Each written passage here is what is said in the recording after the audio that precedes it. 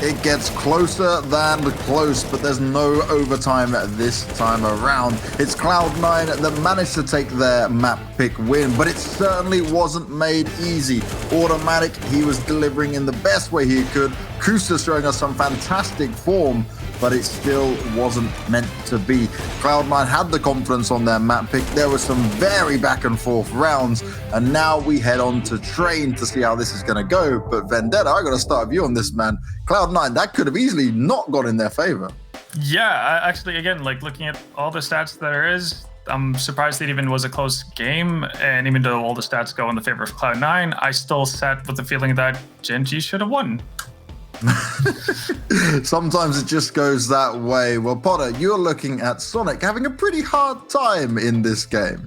Yeah, exactly. I wouldn't say game, but just this round in particular, and it was all due thanks to Gen.G. Firstly, both sides had such a fantastic T side, so many ideas and ways to make it so much more difficult for the opposing side to get a frag. But this round in particular for Gen.G, it was so well thought out, so many layers. Take a look at this, both smokes going out mid, Kusta enabling him to just kind of lurk out mid and walk out. Now, because he doesn't have contact, his role changes and shifts completely. Now he's going to be preparing for that late game post plant scenario. Take a look towards Gen.G.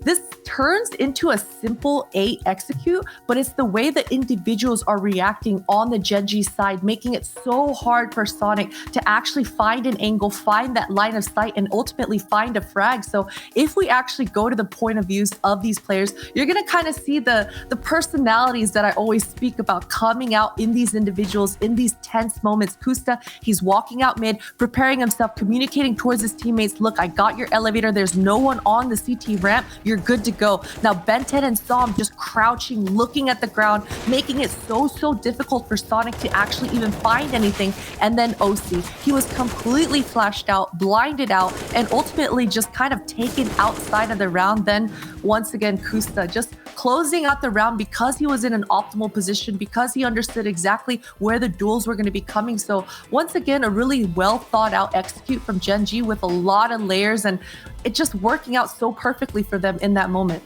And I think it's great as well, right? We get to see Kusta, who we spoke about being an up-and-coming North American player for so long, who didn't kind of hit his mark, and now he's getting to shine under the leadership of Daps within this team.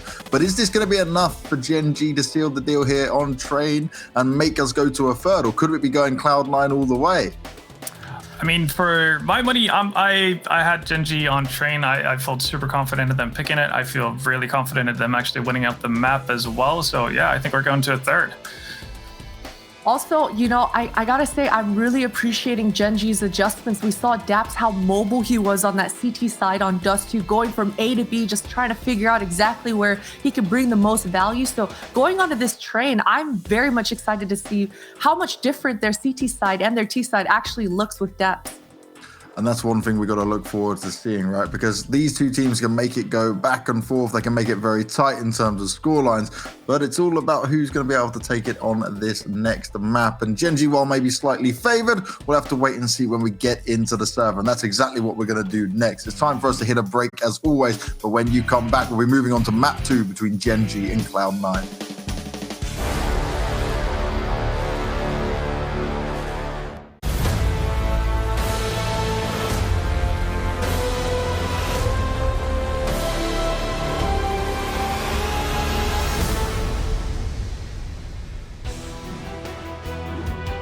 It took 30 rounds for Cloud9 to close out on Dust 2, and now we move to Train, a place that I don't think they will easily roll over if Gen.G are going to make this reverse series sweep.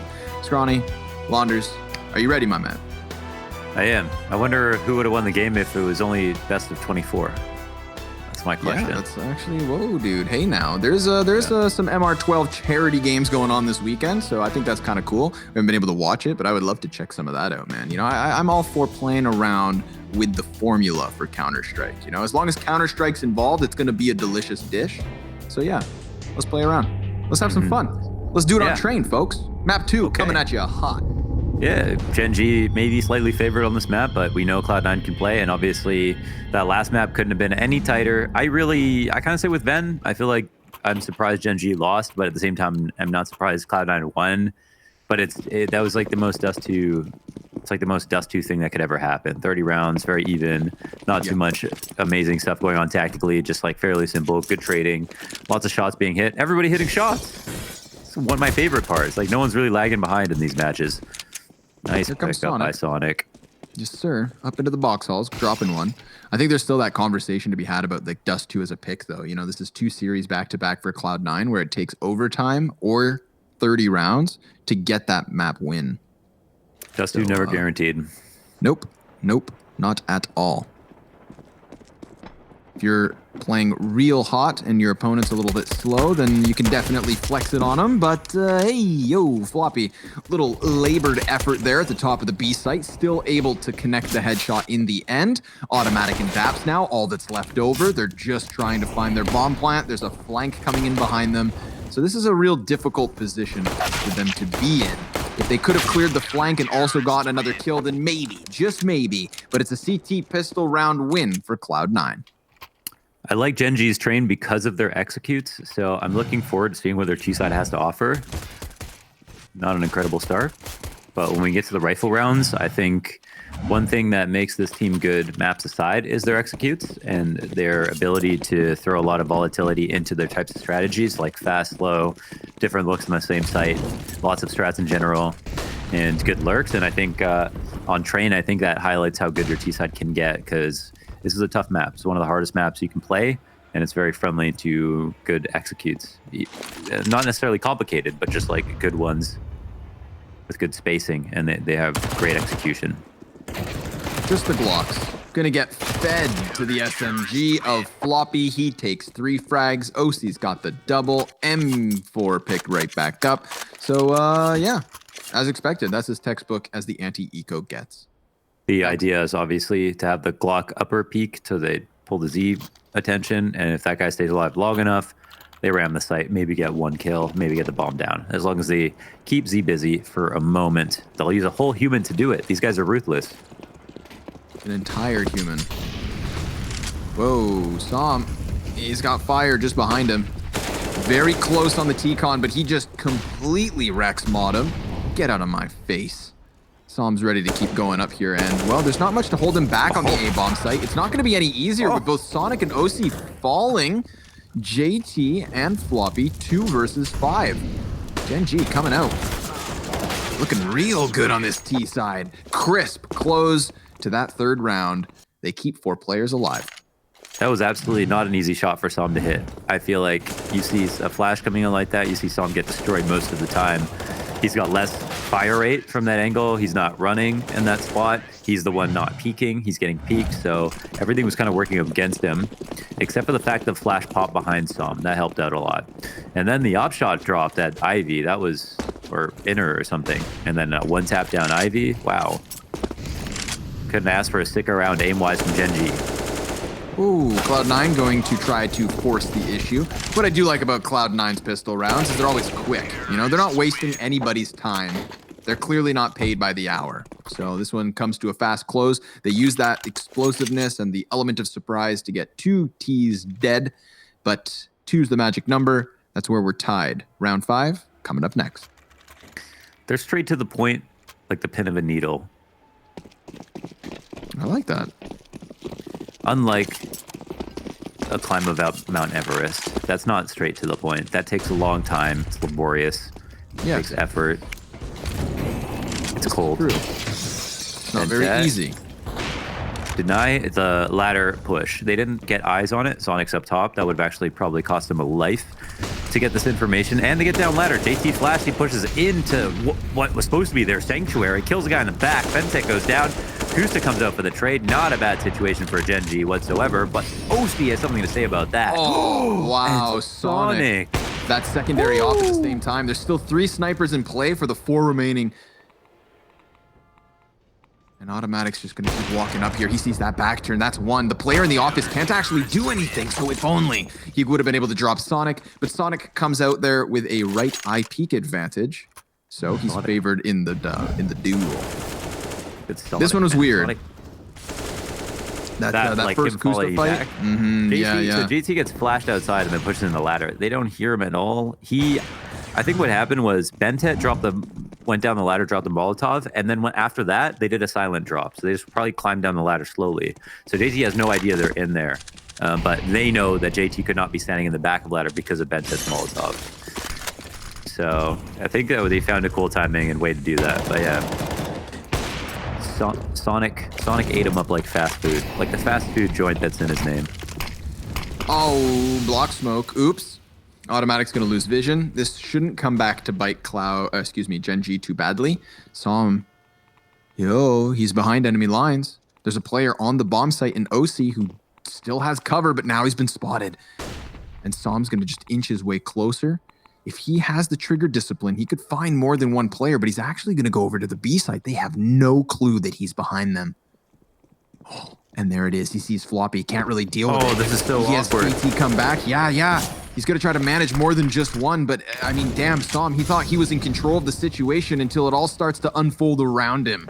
But he calls to action the push towards B, and the kill versus Floppy is enough to guarantee the plant. JT. Scaring Floppy away. Floppy's still alive. Man, that's a tough situation to figure out what the best option is, and I think he finds a pretty good one. They get a site open, he gets a kill. It definitely looked like it could have gone wrong at any point, and it's like, he really wants to be able to get 2 kills there, but instead, a whole site, that's great too. You know, that he could get the outside kill, and they could still lose to the other 2 players if he can't find them. So here's one way to get it where he gets a kill and nobody else has to die. It's the most gracious option in Cloud9 that he could think of. Sometimes those moments, you know, there's a world where Som's, you know, we think of Som's options in hindsight. Oh my God. Look how fast he's going. Yeah, he's zooming. But yeah, Som, I mean, he had options there. He could have executed OC just straight up on the bomb site. He could have gone over and just then killed Floppy and not dealt with the Z flank back. And then I love those types of moments because for 10, 15 seconds, we're watching Som in full control. You know, it's his show. When he decides to pull the trigger, things unfold. But then suddenly, you just get this massive change in variables that he seems so compromised in that position instead. And it goes from being in full control, sat back, relaxed like JDM, to suddenly as close to his screen as Xanterra's, eyes bulging because he was getting flanked. But he manages it well. It ensures the B hit, and we're right back into the gun rounds. Of course, tied at 3 rounds apiece. Another passive setup towards Ivy, watching it from back 5. Obviously, if they have that smoke that comes out right side Ivy, it nullifies this spot. This is how Som got out in the first place. I think a bad smoke allowed them to feel too comfortable, and that's how he wrapped because the smoke missed and didn't block off their vision, so it might have lured them into a false sense of security. But yeah, it's always the risk, but these days, I mean, it just seems like the brand of Counter-Strike that CTs want to play. Playing back in CT spawn sometimes can just get you smoked out and deny you from having, you know, op impact on outside. They've got 2 inner. Gen.G, they haven't really made a move yet. They're going ladder, I'm assuming, because they've got 2 full nade sets left. Flashes come outside, but Cloud9, 29 seconds. No one's really blind just yet. Sonic, he gets a free op kill. That's nice. 2 for him. And that's going to force them back to the B site. Bentet down the ramp, looking for the man towards Z, who does give it away for free. That's the bomb plant for the T's, with the counter-terrorists ready to retake. It's going to be all 3 members coming out of this Z connector. Bentet, he's going to want to dodge that op shot, and he gets off his posted position just before they swing wide. 2 instant kills coming in just as fast as Sonic's original double. I mean, we saw that op fight unfolding. We got automatic trade fragging after OC found his first, but Sonic the difference maker. That double sniper pinch towards T-Con with 1 player on the bomb site as expected, and the unexpected element in Sonic on Olaf. Not the most common spot for an op, but he played it really well. Rotates over, clean sweep, Cloud9 in the lead. Nothing but praise for Sonic's opping. His opping is very consistent. He's always in good spots. He's hitting all kinds of shots. And he's secondary on the team, but yeah, sometimes he's just as good as OC is, and also very, very consistent. So huge fan of his play so far this tournament. Looking great. Top fragging for the team right now. And yeah, this is kind of a strange round for Gen.G, I'll be honest. I was a bit taken back by how long they took to do anything, and their 1 layer execute at 36 seconds doesn't pull any rotations because of 3-2 setup. They don't know about that, but they weren't trying to go inside at first anyway. So it was a little bit strange. This one I think was a little awkward too, man. We had that immediate run out from Daps from T-Con. Got shut down by Sonic and OC combining. Man advantage affords them the 2-player B hit. Floppy, good grenade. Gonna see the heads present themselves, and he decides to jump onto the site. Excellent flash here from OC. Lending a helping hand, but Floppy still dies. A player gets out from above. That's gonna be traded back by JT. Automatic op, 1 versus 4. This is a lot to ask of one man. The bomb's in front of him. The smoke gives him a bit of a chance to reposition, but the CTs inch closer and closer and closer until JT finds him. 5 rounds for Cloud9, still Gen.G on 3, but they don't have the money to buy back, so this is the defense with a good bout of momentum. Yeah, Gen.G certainly look a little bit less confident in these last couple of rounds.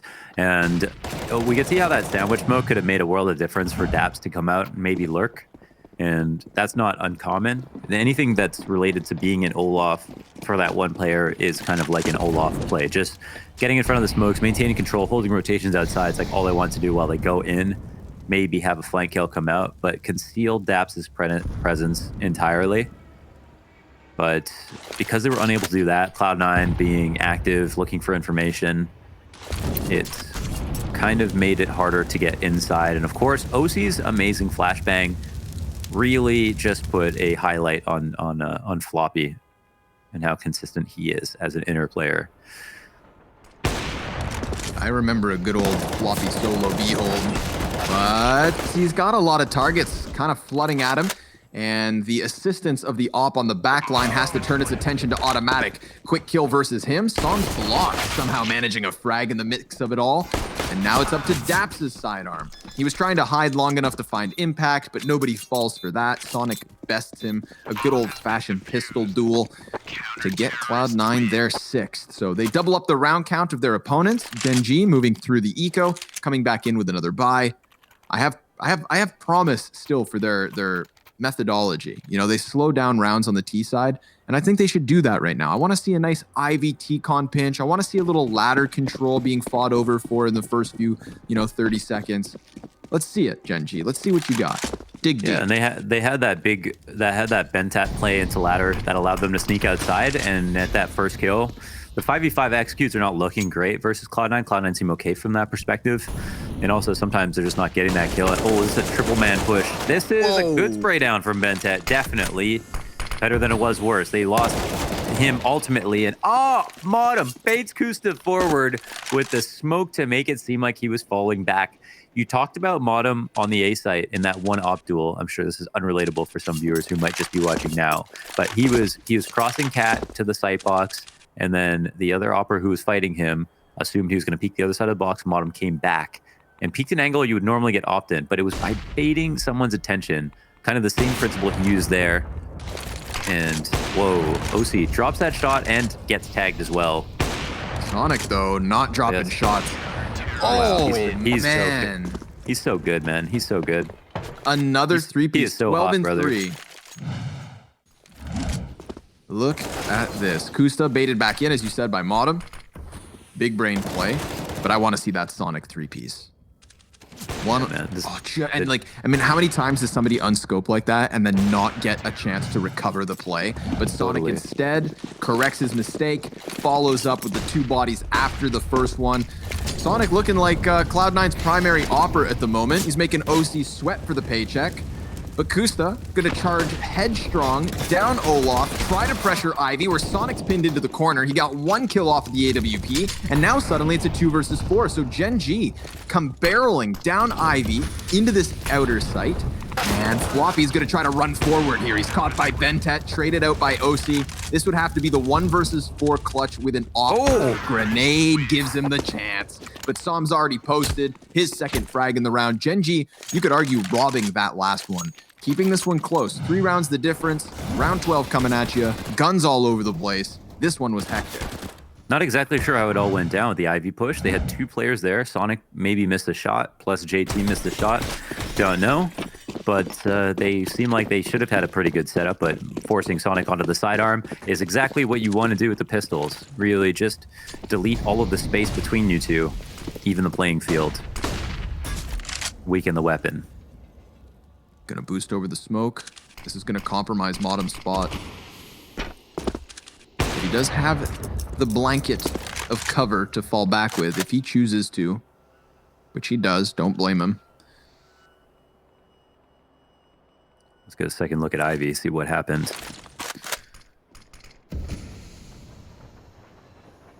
They fall back full passive when watching Modem rotating. Inner being compensated for. And Gen.G still look to involve Ivy, which is kind of interesting. Hopefully this doesn't turn into a round where they're not sure what they want to do again, because clock's ticking. They haven't worked on any new map control. They aren't up Ivy whatsoever. They haven't picked a site. So they seem a bit slow to the decision, but they've still got time. As they start to group up, it looks like they've just kind of decided on B. And they've still got a lot of nades too. Cloud9 have no nades. 30 seconds left over. T's going to announce themselves soon enough. Floppy, good long-range headshot, follows up to take down Kusta. Now at this point, Cloud9, they're on high alert. With the smoke, they start to move past. OC has to reposition. Som comes in from that flank. This is the big hit. He's trying to switch behind all of the other targets, but in the meantime, they've gone for the bomb plant. Som good for the two-piece, and Sonic finds zero footing outside of Z. Som does everything. Splits on the flank, disrupts Cloud9. I mean, it's a thing of beauty because Cloud9 boiled that down to the wire, because Gen.G took that the time to execute. Where did Som come from? I don't know. I'm not gonna lie, dude. When we I thought they were. I thought that was his CT. I didn't know that there was anybody inside of a site. I was watching forward. I was looking at the map, eyes all on the execute. I fell for this Som flank just as much as Cloud9 did. I need like a mini map replay or something, because it looked like to me Gen.G were just walking around, but if Som was lurked somewhere and I didn't even spot it, then that makes more sense as to like why they were taking so much time. Yeah, it all makes more sense now. Yeah, and he did lurk before and pull off a round like that via Ivy. I just didn't know if he actually did that this round, but seriously, would like to be able to see that back. Anyways, Gen.G clawing their way back forward. Som has won 2 rounds, making a play similar to that. Ivy and the result from from the last Cloud9 one is massive. I mean, yeah, Ivy pushed for them, but no weapons to play with. Collateral from Automatic. Last man up's going to be Modem. He too dropped by the op. So the Bamboozler in Som's big flank nets Gen.G not 1 round, but 2 off the back of it. Now round 14, Cloud9 looking to make it up. But called out on that flank. Good opping from Automatic. Yep. Op-o-matic. Round 14, buy up both sides. Gen.G, what's the game plan? They have very, very passive defaults. I think they want to maintain 5v5s. They like the executes. JT pushing ladder. Whoa, that's a confident op pick by Automatic, and a huge one at that. JT is the only man forward on A. There's only one other CT outside. CTs want to rotate out of B. They've got a double man setup though. JT, OC's going to bait his friend into peeking as well. It's a 1-for-1 trade. It's actually not so great considering that initial op frag from Automatic, and Som is already behind enemy lines. Yeah, this time yet again, he gets out from T-Con. He pushes up close to the CT. Barrel stuffs him. So Sonic calling the bomb over to action, and we've got Ricky Camaro in the clutch. Smoking a frag grenade. Wonder how Floppy's going to deal with the player above. He might actually just go straight up and try to clear him, but that's obviously being watched. Som gets it done. Som having huge impact in these last 3 rounds, whether that be creating the eco or, of course, just straight up hard flanking B. This is the confident Automatic drop. Off the ladder into the corner, ready for the push. Beautiful stuff. And it leaves Cloud9 on a lackluster bye for the final round of their CT side. There was a moment where Cloud9 looked like they had momentum and then some for the defensive half, but that ran out of gas. And now it's anybody's lead to take here. Final round, let's go. The Camaro needs more fuel. Oh, another switch out. Automatic. Getting, yeah, he's getting pushed back. Som is sitting here. Modem is going to hear him looking like he was about to shoot a grenade. They're going to hold on to this aggressively, considering their MP9s. They need to stay close. JT, aggressive push. There's a player with him, right? Still? I think so. Yeah. Kusta. Whoa. No longer. All right. That's a wild round. Yeah.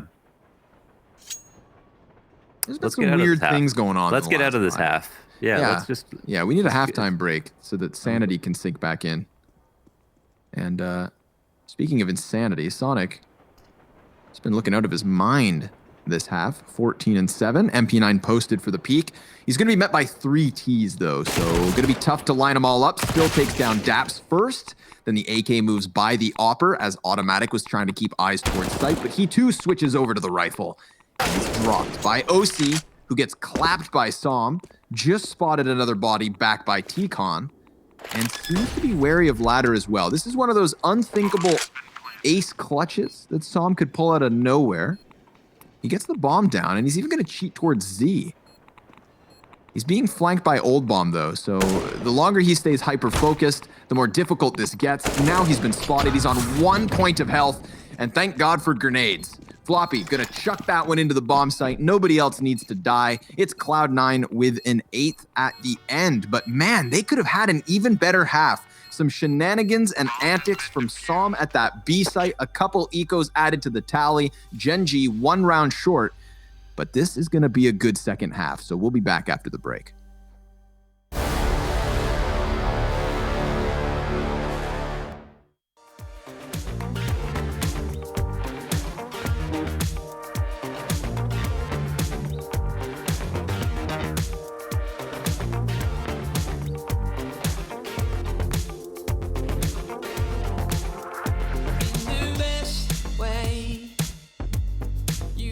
Slipping today,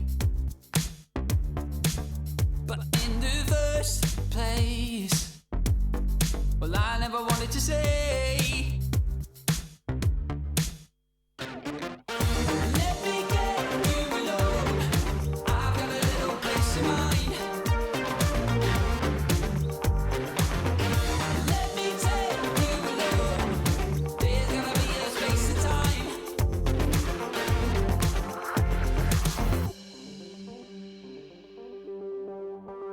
In the worst way, you got me tripping today. And by the first taste, I should have never gone on to say. Let me get you alone. I've got a little place in mind. Let me take you alone. There's gotta be a space and time. Let me get you alone. I've got a little place in mind. Let me take you alone. There's gotta be a space and time.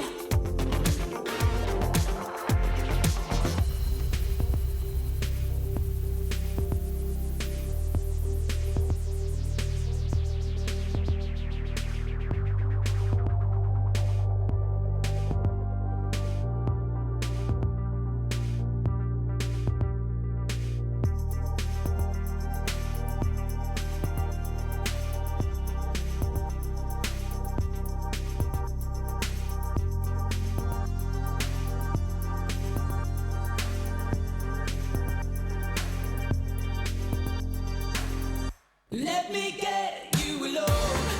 I've got a little place in mind.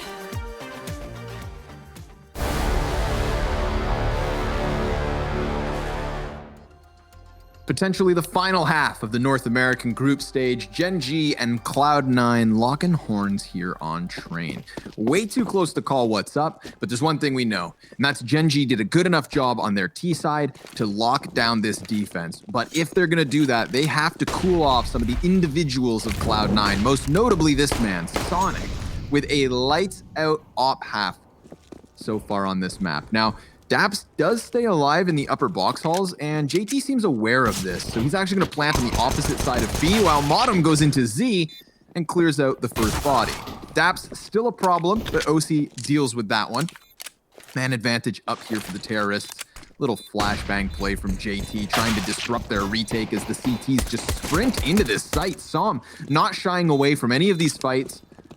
He's going to get in that reload. OC comes down from the box wall, so now terrorists very much looking to finish it off right here, right now, but Bentet's got other ideas. One bullet's what he needed, but Floppy sends it back the other way. Cloud9 taking second pistol. You gotta love how Floppy has no health and takes that fight. He just goes for the peak. Well, why not, I guess. I was thinking he'd try to delay for time. There's still actually a chance there for Bentet to win it. And he comes out right on the side and in the middle of the reload gets caught off guard. Cloud9 pull that off. Smart from JT to plant side bomb. Daps couldn't come into full effect. His position's great, but eventually when they push you, you've got to hit your shot, and he couldn't do that. So, wow, there was a number of ways that round could have gone. Sonic getting a great amount of control here on the anti-eco. This is the goal spot. This is the checkpoint for the T's on these anti-ecos. You compromise the back of bomb train and everybody's jumping up on the bomb, trying to take all these bad fights, and the T's are all in the middle, controlling center as you're supposed to. But it's now 3v3 with a health advantage to the CTs. Oh God, and Sonic falls to the USP. I was gonna say automatic's line of sight. Like, as far as the checkpoint for the T side, the anchor for the CTs has to be where automatic was. You saw how much of the bomb site's still compromised by him, and he's just pummeling these scout shots through the smoke. So close to Modem, who decides to activate, gets aggressive, dies to the CZ of Daps. The clutch falls onto the shoulders of JT. He's way back behind Red. Remember, bombs planted on the left side of the train. Now he was just spotted. He's been seen and called, and they tap bomb, but he sprays them both. Cloud9 to the double digits. JT had to clutch. Yeah, he handles it, man. He was so sick on Dust too. A little bit behind here on train, but he's already got a clutch here in this second round of the second half. A nice attempt, automatic scout shot in, so much damage. USP to finish off Sonic, who's in that power position again, and Gen.G now, because they have to save, are... It's a kind of a tragic loss. They came really close to winning that. Have these two grenades. They both leave the hands of the CTs to go into T-Con, and there are a lot of CTs out here. Yeah. So maybe not a bad spot. Trying to get by. Wall of smokes giving cover here to the defense for the time being. Floppy's got the high road. Oh, a little bit of a labored spray, but he gets Bentet in the end. Som comes out of the smoke with great damage, even getting a kill there. This is wild antics. And you might be thinking to yourself, maybe it's this aggressive, maybe it's this fast from Cloud9 because they're just trying to rip through the ecos. But we saw an entire half of this pace on their T side of train. So I'm very curious to see if Gen.G can lock it down now that they have their double ops. Totally. I love this adjustment that we're seeing. Basically, every team uses now is the 2-op setup. Sometimes it was safe for a special occasion, but these days it's run-of-the-mill. Most teams are waiting for the economy saving on 2 players to get here. Saw him opening frag. Nothing on Ivy to slow him down as well. And Bentet is in a spammable spot. I can't exactly tell what is going on in that position, but it's trades for the CTs. That's what's most important. But top of the train control here for Floppy. 3 kills already. On for the ace. Low on HP. 1v2.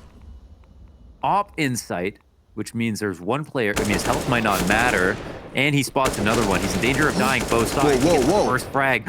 He does so much damage. Oh my god. He could actually do this. It's a single shot. A single shot from Floppy No way. is all he needs. 21 frags.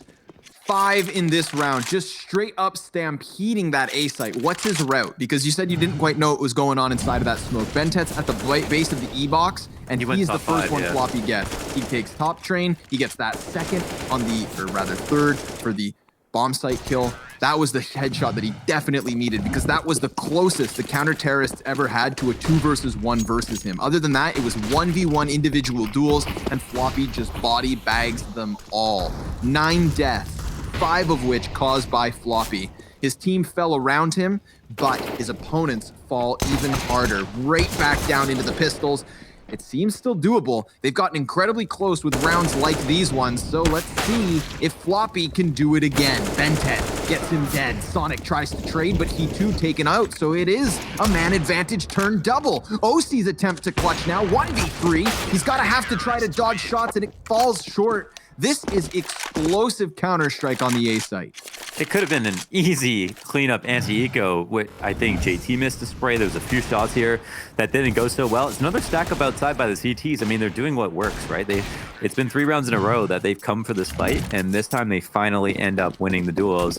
And Gen.G, yeah, they just go right back to the correct stack. Cloud9, they were up. They could have been up 13-7 after following an ace in particular, but instead they lose 9 deaths in the last 2 rounds and have not that much money now.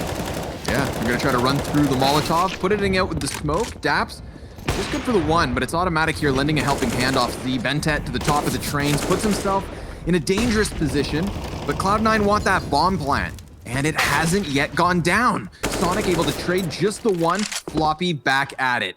3 players ahead of him. He's seen a couple. He even gets the 1 off of the top rope, but now what's he do? He jumps, he makes it. That's slick movement. Oh my God. Floppy on for another clutch. It's incredible. No way. Floppy is unstoppable. OC hand on head. He can't believe it. Where'd he go? Ricky Top of the Kamari, bomb train, dude. last bullet Flawless. headshot. Cerebral levels of Counter-Strike. Dude, who makes that jump? Canada's finest.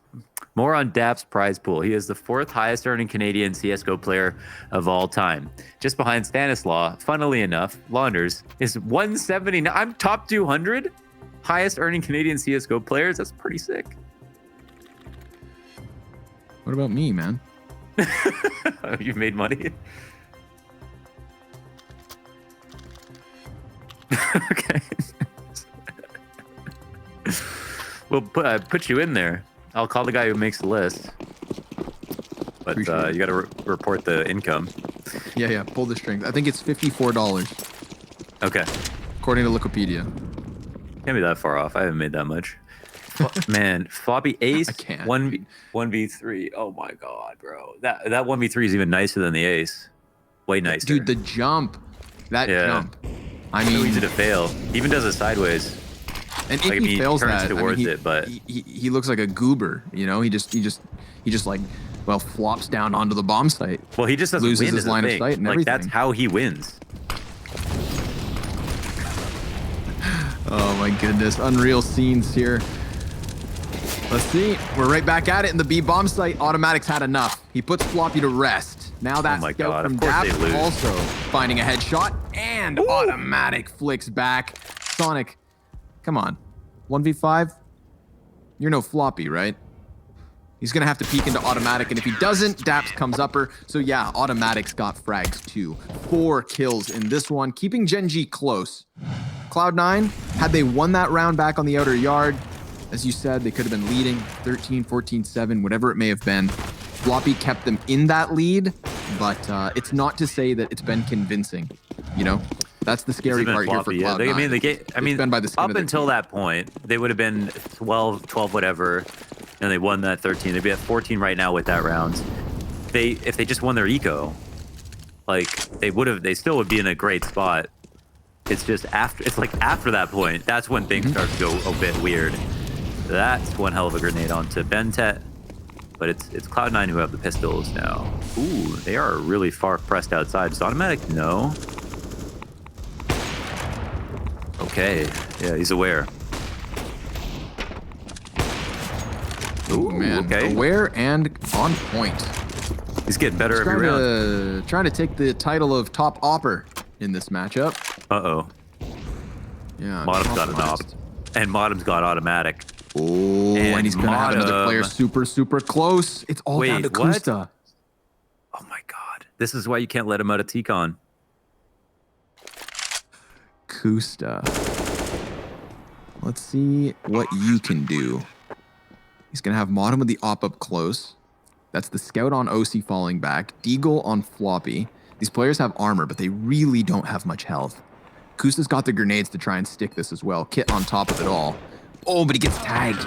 He gets tagged and bagged. OC drops him, and Cloud9, another miraculous round they had no business winning. Launders, I don't know what's happening. I can't. Tell me how Automatic gets the first 2 kills outside and then they still lose. They give up the op, Modem gets the op shot, and all of the lurks end up working out. Yeah, and then, yeah, of course, there's got to be some crazy, like, one taps that come through. But at that point, Cloud9 have got so much space, it was just taken back by Automatic. So you thought, okay, it's not going to be so bad. And Automatic starts off another round hot. Let's see if they can actually close this one out again. Yeah, well, there's one trade. Automatic still alive. Careful though, Daps. He's about to drop down the ladder. Modem, he heard it. Oh, and the SMG gets distracted by the further player. He was already shooting the man on top of Blue Train. Now Som's gonna throw himself into the mix. A 2 versus 3. Actually, starting to work out for him. Flashbang off of the side of it, but JT finds him as he falls down from the ladder. And all of a sudden, Cloud9, they're gonna want to try to get this back under control. Automatic. He walks into the crosshair. He's taken down, and Cloud9 with a 15th round in the bag. They lose the 5v4 again. Automatic gets to open and kill.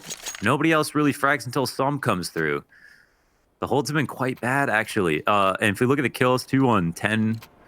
Kusta, not his map. Daps, not his map. Bentet, kind of average. Som Automatic. Trying their damnedest. Lots of flashbangs being thrown over here. Looking like a T-Con hit, or sounding like one, but it is only Sonic, and he's playing with grenades. Did not expect the full W XM1014. That is a masterclass strat that only the big brains of the likes of Daps can create, all right? It's it's elaborate. Step 1, buy the shotgun. Step 2, hold W. Step 3, wear blindfold. Yeah. And just hold that left click. Ka-thunk, ka-thunk, ka-thunk. He gets 1 kill. And then it comes to a bit of a grinding halt. It's really slowing down towards this B site. Ooh, but OC through the smoke. Kusta trying to get up the ladder. JT's scared. Like, dude, do I try to hold this? But Kusta trying his damnedest to get out, loses his head instead. And this is Cloud9 about to close on map 2, about to sweep the series away from Gen.G. Gen.G, if they lose this, having to play Team Liquid once the playoffs get going. It is on Bentet with a scout. Double Kalashnikov on the other side. He's going to go to the top of the train, and he's cut off the ladder. Cloud9 in a 2-0 fashion. Winning rounds they had absolutely no business taking here on train. Absolute madness. It's bedlam. It's mayhem. It's chaos, and I love it. What a cool showing we got between these two teams. And the beauty of this storyline is nobody gets eliminated. It was for seeding, and it was for fun. Yeah, it was for fun, except, as you mentioned, Gen.G having to play against Liquid. That blows for Gen.G. And Cloud9 definitely looked like a better team today, especially on Train and Floppy. Dude, that was seriously... He had one of my favorite 1v4s of all time on Train versus Astralis. That 1v3 is up there as well because he is involving movement in the clutches and making it all look so seamless. Just such a sick map by him. Jumping around, making that B site look like nothing more than a playground. And clearly Floppy, king of the castle, at least here tonight. But that's it. Group stage done. 12 fantastic days of Counter-Strike. We're going to have a break in DreamHack action before the playoffs return. Make sure you guys do come back when that all starts unfolding. Of course, that's me and Launders out of here, but our analysts will be after the break, so please stay tuned.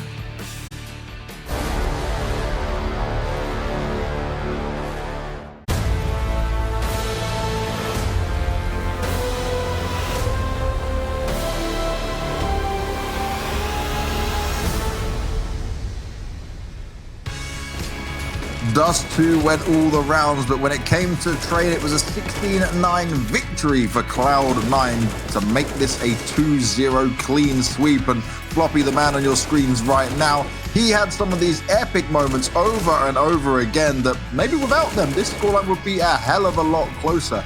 But the impressive feat is that Cloud9 did this with a 2-0, and they put in some serious work on Train. The homework had been done, and they benefit from it massively. Guys, I just got to come back. That unreal movement coming out from Floppy. What? Oh, just impressive. Yeah, definitely so. And man, his just ability to pull a rabbit out of a magic hat somehow, some way within these rounds, it is absolutely mind-blowing because sure, Cloud9, they looked a lot better today. Sonic, his AWP. I mean, in the beginning of those rounds, he was absolutely the reason why he was keeping Cloud9 within this game. But man, Floppy just turning it up another level, another notch. Let's be honest, Cloud9 had no business winning a lot of these rounds that Floppy was converting.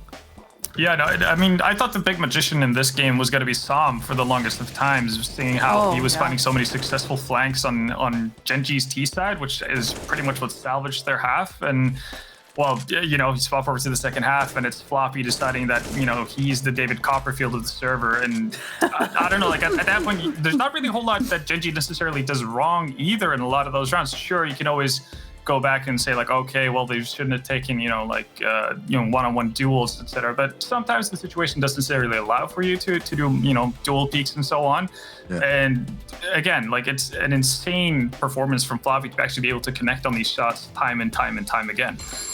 And well, the phone's ringing straight away, so let's grab him in. We've got JT from Cloud9 to talk us through what is just an impressive 2-0. JT, first of all, you must be feeling pretty good anyway, but I can see your reactions on camera to what Floppy did just then. Did you guys even think that was possible? Honestly, not really, but we've seen him clutch so many times, so especially on train. Like, he even had like the 1v4 against Astralis when we went to LAN and stuff like that. I think it's just Floppy's one of the best players in the world. He's just really good at those clutches. Yeah, no, it really seemed like, again, not necessarily just Floppy, but you guys in general, again, just kept that solid momentum that you've had so far with your T side. What is it about your, you know, explosiveness and the tempo that you're able to deliver that, I don't know, just feels natural to you? Because so many teams, you know, when you get to a higher and higher level, they tend to slow the pace of the game down and so on. And you guys just seem to have no stop whatsoever. So what's been the reasoning for choosing and adapting that kind of a play style? I think we're all just really aggressive players in general, and something that we've been working on since the start of the team is just flash timing and stuff like that.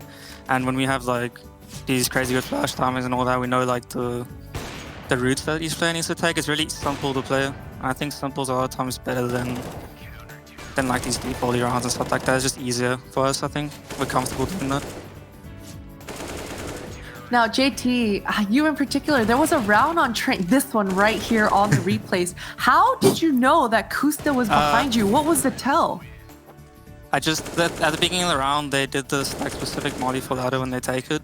And I knew when they do that, they usually take ladder with two people. So when I killed one guy only and there was another guy, I just kind of expected the guy to be behind me or something like that, or maybe above me. So your performance, your individual performance has come up in question many a times, but these last few weeks, man, you've been banging heads. What's changed? Is it just your game sense that's tingling like in that round, or are you just putting hours and hours into aim maps? I don't think anything's changed. I think just different teams, I play differently. I'm pretty much a like heavy support player. I'm throwing nades or I'm running in first. I'm not really expected to get a lot of kills. The past few weeks have just been a little bit better for me. So, again, like you guys obviously end up winning the series 2-0, but going into it, just looking at the map veto with Gen.G being able to pick train once more, did you guys have any sort of like specialized plan for them? Because in the previous meetings, this has not necessarily been a map that's turned out too well for you going up against Daps and Co. Last time we just noticed that we got killed from ladder a lot, so we just decided this time we would smoke it out, just isolate that player, and I think that worked out good for us. But I mean, they should have won way more rounds. I think Ricky or Floppy just had a lot of clutch positions that he shouldn't have won. Well, some of those clutch rounds certainly make it possible. And now your playoff match is going to go up against MIBR. The last time you guys faced off against each other, you did win across the 3 maps you played with them. You feeling more confident going into this matchup than before? Because obviously MIBR, they've certainly not looked as hot.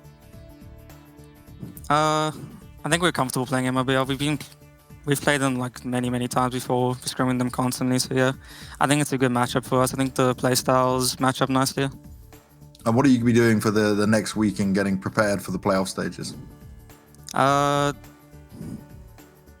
think we have Blast, so we're just preparing mostly for Blast, and then whatever goes through that will be in DreamHack too. A lot of games to come. Nothing special.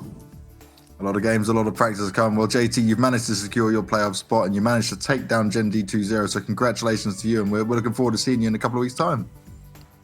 Cool, thanks guys.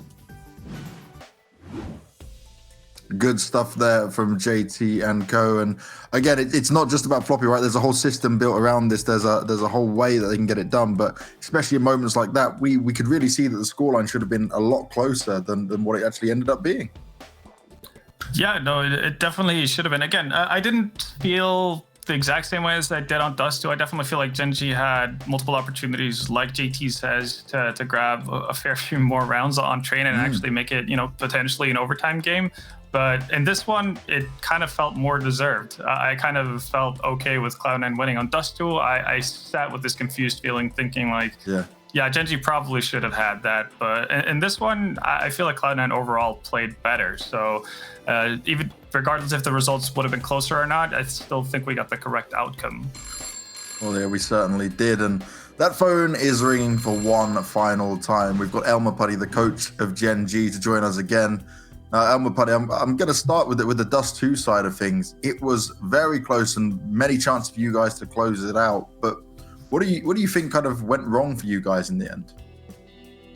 I think the main thing was we're having struggles with long. We just let it, they were just coming out long. They were getting the kills onto us a vast majority of the round. So I think we could have been better at adapting, maybe find another way to take long, playing without long, maybe try pressure towards that cat area. I think we could have probably done that a little bit earlier. But I think the main problem for all that, closing that out on our CT side, was our struggles getting that control of that long area. Now, if we want to hop over to the Train game, that was a bit of an oddity because throughout your T side, you're actually, losing out a majority of the opening duels, but you're still somehow able to clutch through rounds. And then you have the weird swap where once you get over to CT side, that's where you actually take a pretty significant lead in terms of actually grabbing opening kills, but you're not able to close out rounds. So it's a very open question, I suppose, but how does that really work out for you? Because it should be the complete opposite.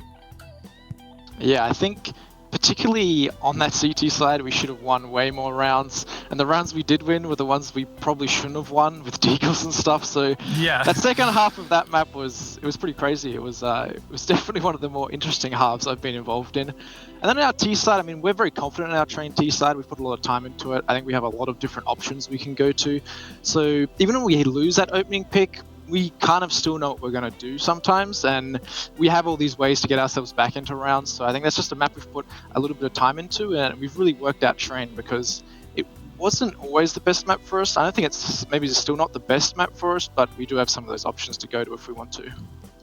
Speaking of having so many options, I noticed, specifically Som had so much success today lurking out that Ivy. He even got out on 2 gun rounds, just completely swinging those rounds. But usually I notice Daps is the player that's always with him at Ivy, sometimes just sending him out on his own and lurking out. This time around, we saw a lot of, I wouldn't say new positions for Daps, but he was very mobile. Was that a specific prep coming in for this matchup, or is this a new look for Gen.G? I don't think it was specific prep. We've just been obviously reviewing our games, seeing what works for us, what doesn't work for us. Som, as you said, he's always at Ivy anyway, and he was able to get those back lanes. We realized midway through that game, and also from prep, we're like, these guys are handling Ivy pretty poorly, to be honest. We can start abusing that, and you saw the results of that. Som got out that back lanes, won us 2 rounds, basically single-handedly, where we could just walk up that old bomb area into CT spawn through to Z. So that was successful for us, and I think it was more of an on-the-fly thing. But yeah, nothing super set going into this one for that. Now, one final question from me here, Elmer Buddy. You guys are going to be going up against a Liquid that certainly hasn't looked to be in their best shape yet. Now, your previous matches against them was at a very different time. How will it be any different this time around? Because you're yet to take a win against them. What do you think needs to happen for you guys? Because we certainly can see the pieces working. I think we just need to show up and play well. Obviously, the biggest thing about Team Liquid is they have those players who just straight headshot you out of the server, right? So I think as long as we're sharp and we can keep up with them, I think strategically we're just as good as them, if not better. So we're not really worried about that side of things. It's just we just got to show up on the day, make sure, that we're not just letting them out-aim us, I think is one of the biggest things there. And then, the Vita, we'll see how that goes as well. But we're not really too worried about playing against them. I think they've looked pretty lackluster at the moment, to be honest, compared to how they play on LAN. So it's not like we're too worried about it or anything like that. Well, Elmer Puddy, I got to say as well, the first time we're interviewing you on these shows here for DreamHack Masters, you give some great answers and insight for us. So thank you very much for that. And good luck going forward. We'll see you at the playoff stages, mate. Thanks, man. See you later. I really, really enjoy hearing from him. As someone who loves doing interviews as well, like he gives us the truth, where a lot of time we get too much of that fluff that comes with it. And yeah, it was a tough one for them to stomach. And I feel like for Gen.G, I know deep down they probably could have put up more of a fight than what we saw here today. But this is how Group B will end off. It will be Gen.G in the third and final spot. Everyone, like we said, has made it through to the playoffs, but those matchups, they're the ones that become interesting. And for Cloud9, they potentially get the easier opponent in MIBR. Yeah, Potentially. Potentially. That's the key word, right? We don't necessarily know what kind of liquid is going to show up on the day, and we don't necessarily what kind of steps, in terms of progress that MIBR have made with TRK coming into the lineup as well from when we saw them last. So it's going to be interesting to watch. Definitely worthwhile, keeping your eyes on both of these matchups, really, because they can provide some pretty interesting results. And I gotta say, this upper bracket match, Furia versus 100 Thieves. Oh, I'm looking forward to that one because it's 100 Thieves that are trying to show us a different style. They've definitely shown us they can make games incredibly competitive. Things are changing from with what I'm a Pet's adding to the team, but Furia, they just played so well throughout every single game. And it's the pace that I'm worried about 100 Thieves being able to deal with. That's exactly what I'm worried about as well. But 100 Thieves, they look like they've been preparing. Azure, he's looking sharp. So certainly he's got to be prepared and understand that Art, he's not going to stop for anyone. He's going to keep pressing. He's going to keep pushing forward. So certainly 100 Thieves, they got to be ready for Furia's aggression. Yeah, that is for sure. I'm kind of hoping that we get to see at some point during this bracket a Furia versus Cloud9 matchup, because normally you talk about the immovable object versus the unstoppable force, and I feel like with how aggressive both Cloud9 and Furia plays, we're just going to get two unstoppable forces, and I'm really curious to see how that actually plays out on a server. Yeah, well, we'll have to look and see how it all goes down. And I think the main thing when we look at this group, right, we said this across all of the online games, but it's so up and down and who can take on who on any given day. But I want to ask a question for you guys on this, right? Who for you would you say was the biggest surprise across both EU and NA looking at what we've got here? Ooh. I guess for me, it's got to be Complexity, I think. I mean, just being config, just in top peak form, it seems like, and also Poison. I mean, he just seems like he's slotted in so perfectly to this Complexity lineup. He doesn't seem like he misses very many shots, if at all. And also Blameless leadership, it's certainly showing through, just enabling this this squad to look dominant. Yeah, no, I'll have a really hard time picking one, and luckily Christine picked one of the three I was thinking of. So I'm gonna follow up with saying Big as well in the same group. Group B, they played fantastic Counter-Strike throughout the group stage. Again, it's not surprising that those players can deliver at a high level, but it's just the fact that they did it throughout the entire group stage and didn't necessarily stumble at the end of it. And then I feel like we have to give an honorable mention to Team Spirit as well, because they got second in their group. They played great Counter-Strike, and I'm kind of hoping we get to see more of that going through in the playoffs. And let's take a look at the North American side of things, just how it all ended there as well. I believe that's what we'll look at next. And these standings, like we saw, Furia, oh so dominant. Team Liquid scraping their way through. I got to feel super sorry for Chaos, though, because they gave us some great games. They definitely did. A lot of fun games coming out of the Chaos side of things. But certainly, I mean, North American, both of these groups, it's been such a brawl. I mean, just figuring out exactly what team is going to show up on what day. And it's been fun, though. It's been fun watching these North American teams just duking it out. No, absolutely. I think it's been really fun to be able to watch Zeppa play, extensive matches versus really, really solid teams. That's always cool to be able to witness new talent and see how they actually get on. And I guess on a less fun note, not so fun to see how Evil Geniuses continue to struggle, but we did at least get quite the matchup between 100 Thieves and EG to close out their group stage games. So I'm pretty happy, with how they ended it, even though the beginning wasn't necessarily where they wanted it to be. So overall, I think we've delivered some fantastic matches over in NA as well. Well, that's for sure. Now it's time for us to look at the last Corsair play of the day for the group stages, and it's Hampus on Inferno with his 4Ks in the pit. Oh man, this was actually such a pivotal round coming out for NIP Hampus. This was actually a round that kept them within the match itself and kept them within this tournament. So Hampus, although he was a little bit struggling today, I mean, just taking on that new in-game leadership role, restructuring all of NIP, listening to threat, it's a lot of information for him. Yeah. But these are the kinds of rounds that we can absolutely start to expect to see from this in-game leader.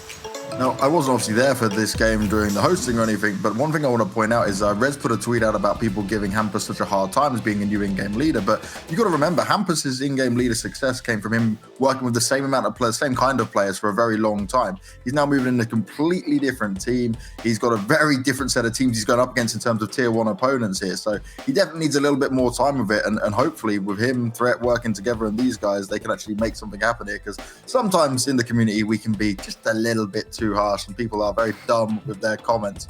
But people who, just a little bit, Ben, just a little bit.